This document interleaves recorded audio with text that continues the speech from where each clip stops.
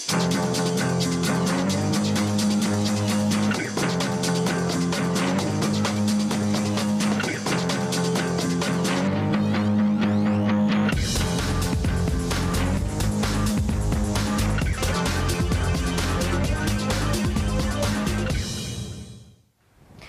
ini adalah segmen terakhir di Prime Time Talk. Saya akan menyapa penelpon yang sudah ada bersama kami saat ini. Ada Pak Riki dari Pontianak. Selamat sore, Pak Riki. Halo, selamat malam. Iya, malam.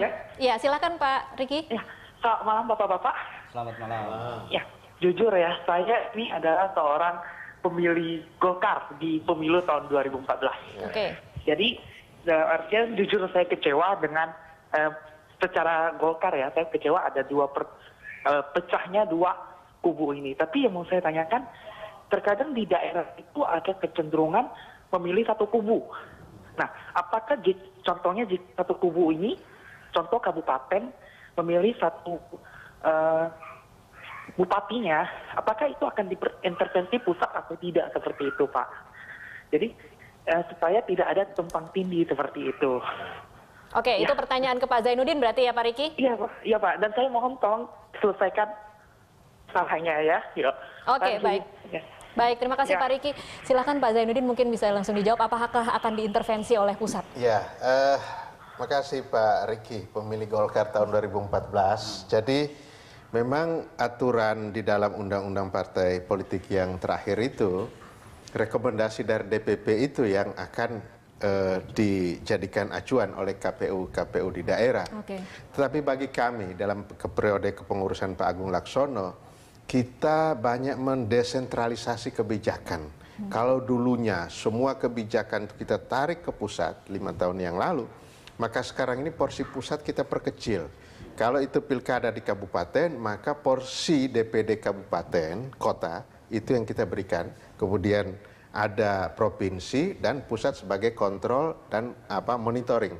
Okay. Nah, kalau dia pemilu kada di provinsi untuk gubernur, maka porsi menentukan itu adalah kami berikan kepada DPD partai di provinsi. Kabupaten karena dia menjadi pelaksana di tingkat bawah, dia juga punya suara dan pusat tetap ada tetapi tidak seperti yang lalu. Secara proporsional kami mulai perlahan-lahan melepaskan kebijakan secara desentralisasi ke bawah, sehingga kalau calonnya bagus, disurvei bagus, elektabilitas bagus, insya Allah pasti akan didukung oleh DPP. Oke, seberapa berbeda sih calon-calonnya kubu Agung Laksono dan calon-calonnya kubu Ical di daerah, Pak Zainuddin?